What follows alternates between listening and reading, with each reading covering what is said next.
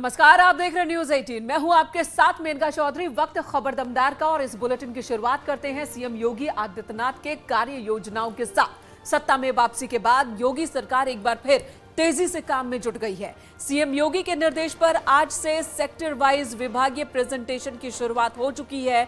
इसमें आज सबसे पहले कृषि विभाग की ओर से 100 दिन के एक्शन प्लान को प्रेजेंटेशन इस पर दिया जा रहा है। एनएक्सी भवन में अब भी बैठक चल रही है। आपको बता दें, सीएम योगी ने सभी मंत्रियों को 100 दिनों की कार्य योजना बनाने के निर्देश दिए थे। दरअसल 5 अप्रैल को मुख्य सचिव ने सीएम योगी के सामने अलग अलग विभागों की 100 दिन की कार्य योजना का खाका पेश किया था और इसके बाद सीएम योगी ने अलग अलग विभागों को कहा था कि अगले 100 दिन के प्लान को लेकर के एक खाका तैयार करें और उस पर एक प्रेजेंटेशन मुख्यमंत्री के सामने, और इस दौरान अलग अलग विभागों के मंत्री और अधिकारियों को भी रहने के निर्देश दिए गए हैं।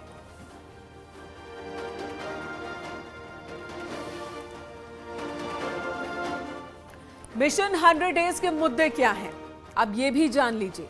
रोजगार, तकनीक, विकास, law and order, ease of doing business, इन सभी मुद्दों को लेकर अलग अलग विभागों को इन्हीं सभी पॉइंट पर फोकस करते हुए कार्य योजना तैयार करने के लिए कहा गया है, ताकि अलग अलग सेक्टर्स में विकास कार्य तेजी से हो सके, साथ ही उन सेक्टर्स में लोगों को जोड़ा जा सके, रोजगार के ज्यादा से ज्यादा अवसर उपलब्ध कराए जा सके। जिस तरह से सीएम ने यह भी कहा था कि अगले कुछ दिनों में 10,000 रोजगार, उसे भी फोकस में रखा जाए। ये अलग अलग विभागों को निर्देश सीएम की तरफ से। मुद्दा क्या है? रोजगार, तकनीक विकास, law and order, ease of doing business, ease of living, ये वो तमाम मुद्दे हैं जिनको फोकस में रख करके कार्य योजना बनाने के निर्देश मुख्यमंत्री ने सभी विभागों के अधिकारियों को और मंत्रियों को दिया है कि ये जो आपके सामने इस वक्त जो पॉइंट्स दिख रहे हैं, रोजगार, तकनीक विकास, law and order, ease of doing business, ease of living, इसमें सुधार होना चाहिए और इन्हीं मुद्दों को ध्यान में रखकर अपनी प्रेजेंटेशन तैयार करें। 100 दिन के कार्य योजना को बनाने के लिए कहा गया है कि अगले 100 दिन में किस तरह से इन सारे पॉइंट्स को कैटर करते हुए काम की शुरुआत की जा सके, इसकी प्लानिंग सभी अधिकारियों को करने के लिए कहा गया है। और वो प्लानिंग आज खुद सीएम योगी आदित्यनाथ देख रहे हैं और उन सभी विभागों के मंत्री भी यहां पर मौजूद हैं। शुरुआत कृषि विभाग से हुई है। कृषि विभाग ने सबसे पहले अपना प्रेजेंटेशन दिया और उस वक्त दूसरे विभाग के अधिकारी मंत्री भी मौजूद हैं। इस वक्त सीएम योगी ने निर्देश दिया कि हर ऑफिस में सिटीजन चार्टर लागू किया जाए, समय पर शिकायतों का निस्तारण हो, जिससे जनता को सहूलियत मिले और सरकारी दफ्तरों के चक्कर उन्हें न काटने पड़े। राजीव हमारे सहयोगी लखनऊ से इस वक्त हमारे साथ जुड़ चुके हैं। राजीव, इस वक्त प्रेजेंटेशन क्या कृषि विभाग की ओर से ही दिया जा रहा है? पहले कहा जा रहा था कि आधे आधे घंटे का वक्त हर विभाग के पास होगा, तो इस वक्त कौन से विभाग की ओर से किस तरह का प्रेजेंटेशन रखा जा रहा है? देखिए मेनका, इस वक्त मुख्यमंत्री योगी आदित्यनाथ के सामने कृषि विभाग से जुड़े 11 विभागों की प्रेजेंटेशन रखी जा रही है, जिसमें कृषि के साथ ही गन्ना विभाग शामिल है, सिंचाई विभाग शामिल है, वन विभाग शामिल है, ऊर्जा विभाग शामिल है, क्योंकि ये वो तमाम विभाग हैं जिनके कोऑर्डिनेशन से ही जो कृषि विभाग की योजनाएं हैं उनका क्रियान्वयन होता है, उनको जमीन पर उतारा जाता है। क्योंकि उत्तर प्रदेश की जनता ने भारतीय जनता पार्टी को एक ऐतिहासिक बहुमत दिया है। ये पहला मौका है जब 3 दशक बाद उत्तर प्रदेश में कोई सत्ताधारी सरकार दोबारा सत्ता में आई है। तो ऐसे में मुख्यमंत्री योगी आदित्यनाथ ने उत्तर प्रदेश को देश का सर्वोत्तम प्रदेश बनाने का लक्ष्य रखा है, जिसके तहत जो उत्तर प्रदेश की अर्थव्यवस्था है उसको $1 ट्रिलियन तक बनाने के साथ ही अगले 5 वर्ष में 5 करोड़ लोगों को प्रेजेंटेशन रखा गया। इस बार कृषि विभाग की ओर से कौन से मुद्दे को फोकस में, प्राथमिकता में रखा गया है?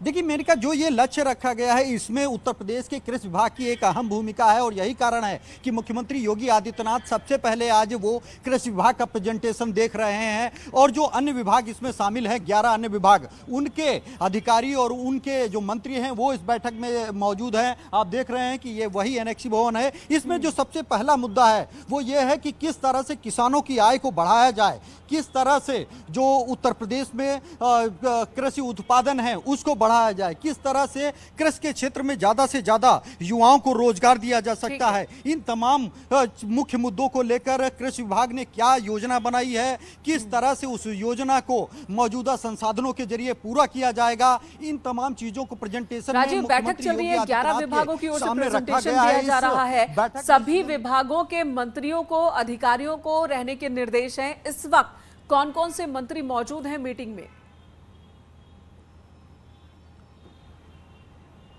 देखिए मेनका, जो ये प्रेजेंटेशन सीएम योगी आदित्यनाथ की मौजूदगी में चल रही, इसमें योगी सरकार के सभी मंत्री मौजूद हैं। भले ही इस वक्त जो प्रेजेंटेशन कृषि विभाग या उससे जुड़े 11 विभाग द्वारा दी जा रही हो, लेकिन क्योंकि जो सरकार के काम है, जो सरकार की योजनाएं हैं, उनको पूरा करने में हर एक विभाग की भूमिका रहती है और यही कारण है कि सभी 53 मंत्री इस बैठक में मौजूद हैं। उनके सामने एक एक करके विभागवार समीक्षा बैठक की जाएगी, उनकी प्रेजेंटेशन रखी जाएगी। उसी के तहत आज शुरुआत कृषि विभाग और उससे जुड़े विभागों की प्रेजेंटेशन से हुआ है। यह प्रेजेंटेशन मुख्यमंत्री योगी आदित्यनाथ के साथ सभी योगी कैबिनेट में शामिल मंत्री देख रहे हैं, ताकि इसी के आधार पर वो अपने विभागों की भी प्रेजेंटेशन को तैयार करें, योजनाओं को तैयार करें, जिसके जरिए जो बीजेपी ने अपना संकल्प पत्र में जनता से वादे किए थे उसको पूरा किया जाए और उत्तर प्रदेश में अधिकाधिक संख्या में युवाओं को रोजगार मिल सके, उत्तर प्रदेश में विकास हो सके और उत्तर प्रदेश को किसानों को लेकर कहें तो संदेश अभी कुछ दिन पहले भी सीएम की तरफ से एक बड़ा फैसला लिया गया था, सरकार की ओर से एक बड़ा फैसला लिया गया था,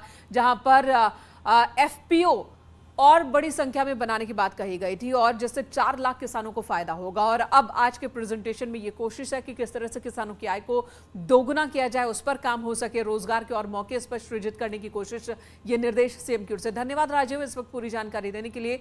8 बजे तक ये मीटिंग चलेगी अभी तक की खबर के मुताबिक। इधर यूपी में जल्द ही बड़े पैमाने पर तबादले होंगे। सूत्रों के हवाले से ये बड़ी खबर है, सीएम ऑफिस ने लिस्ट पर मुहर लगा दी है।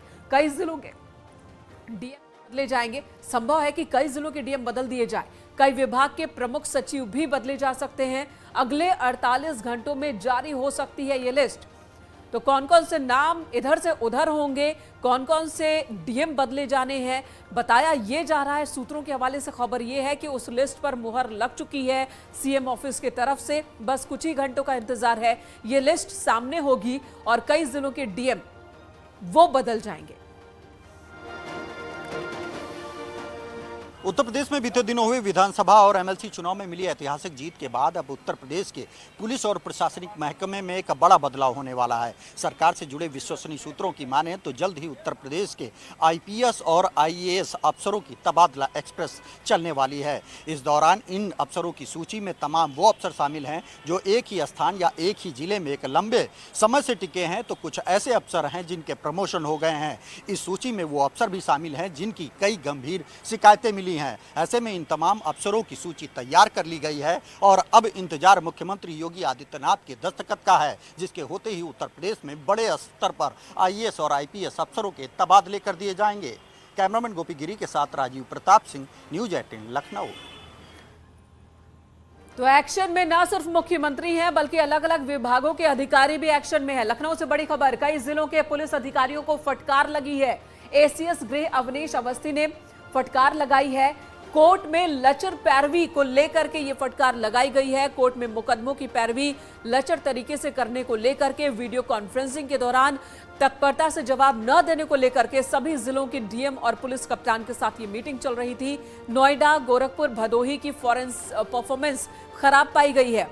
सभी जिलों के डीएम और एसएसपी, उनके परफॉर्मेंस को देखा गया और जिन जिन अधिकारियों की परफॉर्मेंस पसंद नहीं आई है, खराब है, उन्हें लगी है फटकार।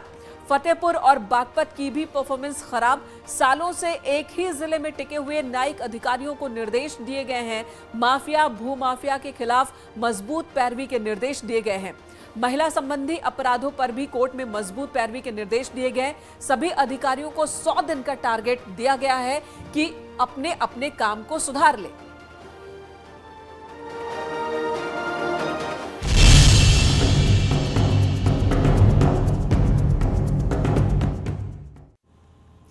मुसलमानों का नारा, अखिलेश से किनारा।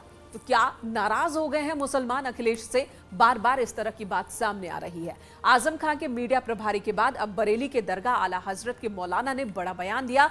मौलाना ने कहा कि मुसलमानों को समाजवादी पार्टी के अलावा नए राजनीतिक विकल्प की तलाश करनी चाहिए। अखिलेश को मुसलमानों की दाढ़ी और टोपी से नफरत है। मौलाना ने यह भी कहा कि मुसलमानों को सियासी दलों के बहकावे में नहीं आना चाहिए। अखिलेश यादव पर मौलाना शहाबुद्दीन के बयान से अब सियासी गलियारों में हलचल तेज हो गई है।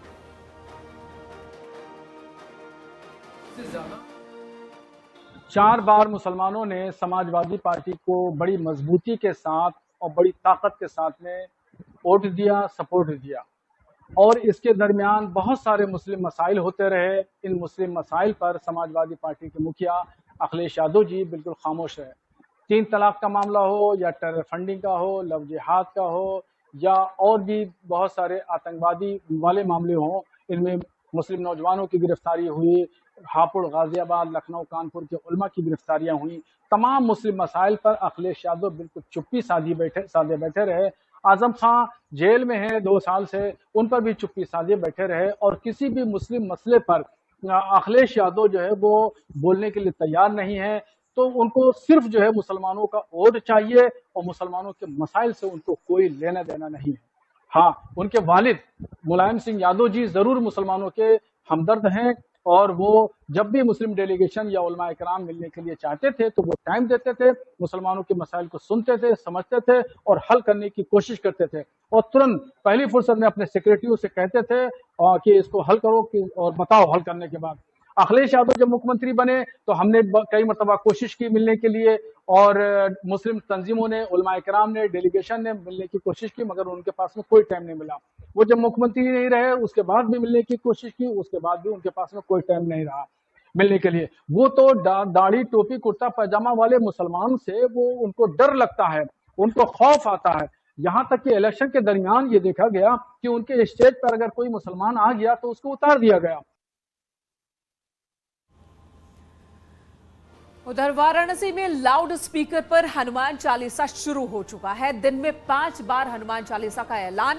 लाउड स्पीकर पर अजान के विरोध में लाउड स्पीकर पर हनुमान चालीसा का ऐलान यहां पर हिंदू संगठनों की ओर से किया गया है। तो स्पीकर पर अजान का विरोध होगा, और इसके विरोध में लाउड स्पीकर पर हनुमान चालीसा की शुरुआत हो रही है। दिन में 5 बार हनुमान चालीसा करने का ऐलान कुछ हिंदू संगठनों ने लिया है। तो वाराणसी से ये एक खबर, यहां पर देखिए जरा, अली वर्सेस बजरंगबली वाली तस्वीर एक बार फिर से देखने को मिल रही है।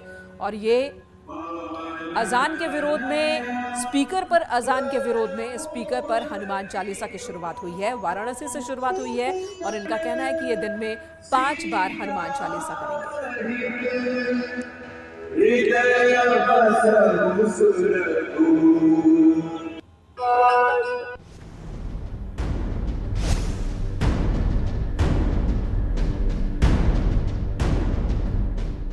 शहर में कितने स्थान हैं, कितनी जगह हैं जिन पर लाउड स्पीकर सुबह बजता है, 4 बजे बजता है, शाम को बजता है, दोपहर में बजता है। मस्जिद के लाउड स्पीकर पर सुनाई देने वाली अजान अब विवाद के मैदान तक आ गई है। मस्जिदों में लाउड स्पीकर अजान बजती है सुबह, और जिससे पढ़ाई में बाधा होती है। ऐसे कई छात्रों ने हमसे भी संपर्क करा है। और दरअसल अलीगढ़ में मस्जिद के लाउड स्पीकर पर विवाद की नई तान छेड़ दी गई है। प्रशासन को ज्ञापन देकर यह भी साफ कर दिया गया है कि या तो मस्जिद से लाउड स्पीकर हटाइए, नहीं तो अलग अलग चौराहों पर लाउड स्पीकर के जरिए हनुमान चालीसा सुनने के लिए तैयार हो जाइए। शाम को बजता है, दोपहर में बजता है। ऐसे कितने स्थान हैं जिन पर ध्वनि प्रदूषण का उल्लंघन हो रहा है। अगर उनका उल्लंघन हो रहा है, अगर प्रशासन उन पर ध्यान नहीं दे रहा है, तो हम भी उस उल्लंघन को करने के लिए तैयार हैं। हम लोग उच्च अधिकारियों से बातचीत करेंगे और शासन को भी अवगत कराया जाएगा, फिर नियमानुसार जो भी इसमें समाधान होगा हम लोग कराएंगे। एबीवीपी ने अलीगढ़ की 21 जगहों पर लाउड स्पीकर लगाने के लिए चंदा इकट्ठा करना शुरू भी कर दिया है। इसकी शुरुआत मंगलवार को अचल ताल से की गई। एबीवीपी की रणनीति शहर के 21 मंदिरों पर लाउड स्पीकर लगाने की है।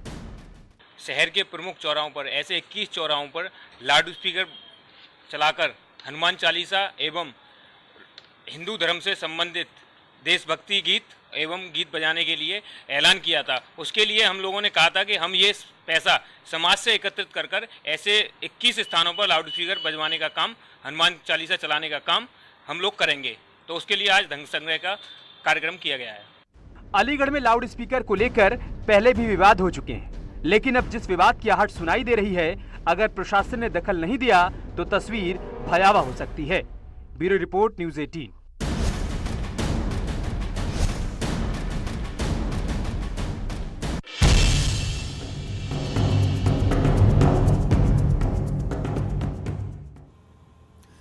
मेरठ के एक इंजीनियरिंग कॉलेज में छात्र की चाकू गोदकर हत्या कर दी गई। छात्र गुटों की आपसी खींचतान में कॉलेज कैंपस में ही क्लास जाते वक्त निखिल नाम के छात्र की हत्या की गई है। वारदात को अंजाम देने के बाद आरोपी मौके से फरार हो गए। हालांकि बाद में पुलिस ने मुख्य आरोपी समेत कई छात्रों को हिरासत में लिया। पुलिस सभी छात्रों से पूछताछ कर रही है। तो वहीं MIET कॉलेज प्रबंधन का बयान भी सामने आया। कॉलेज के मीडिया प्रभारी अजय चौधरी का कहना है कि घटना में शामिल सभी छात्र को रेस्ट्रिकेट किया जा रहा है। सेकेंड ईयर का छात्र है। इसकी चाकू मारकर हत्या की गई है। कॉलेज के ही लड़के हैं। गाली गलौज के कारण दोनों पक्षों में विवाद हुआ था। इसमें अभी 4-5 लड़कों को पूछताछ के लिए हिरासत में लिया गया है। जो मुख्य अभियुक्त है, जो प्रथम दृष्टया अभी बात निकल के आ रही है, जिसने चाकू मारा है, उसकी भी गिरफ्तारी कर ली गई। कितने आरोपी थे इसमें? अभी तहरीर प्राप्त नहीं हुई है। तहरीर प्राप्त होते ही सुसंगत धाराओं में मुकदमा पंजीकृत किया जाएगा। अभी प्रथम दृष्टया जिन लोगों का नाम आ रहा है, उन सभी को हिरासत में लेकर पूछताछ की जा रही है। आज जो है दो गुटों के छात्र जो है आपस में लगभग 10:30 बजे वे लोग यहीं मेन गेट के पास बैठे थे। एक छात्र जो उसमें निखिल तोमर जिसका नाम है, उसको जो है कुछ छात्रों ने पीछे की तरफ लेके गए और उसे जो है चाकू मारे।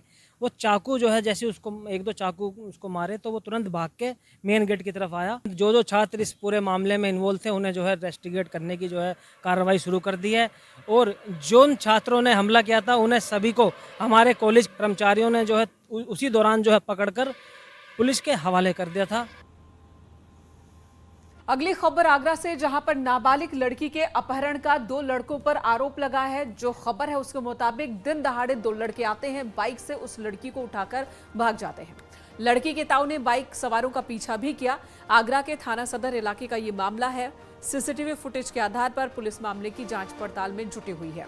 अब इस पूरी घटना को लेकर ये जो फुटेज सामने आई है, ये एक बहुत मजबूत कड़ी बन रही है, जिसके आधार पर पुलिस मामले की जांच पड़ताल में जुटी है। इस फुटेज में 2 लड़के दिख रहे हैं, बाइक सवार दिखाई दे रहे हैं। पुलिस फुटेज की मदद से जांच में जुटी हुई है।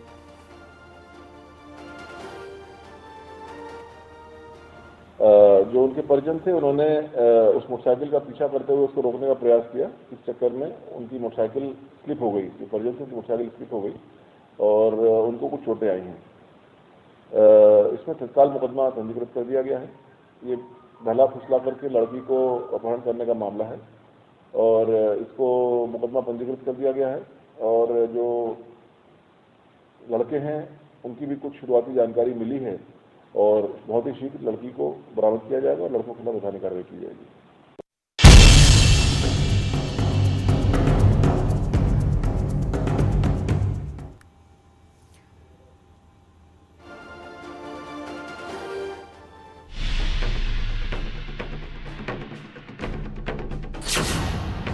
यूपी में पांव पसारता कोरोना।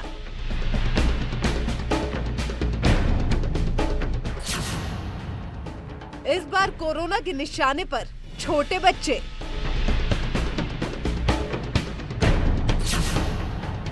नोएडा गाजियाबाद में कोरोना की दस्तक।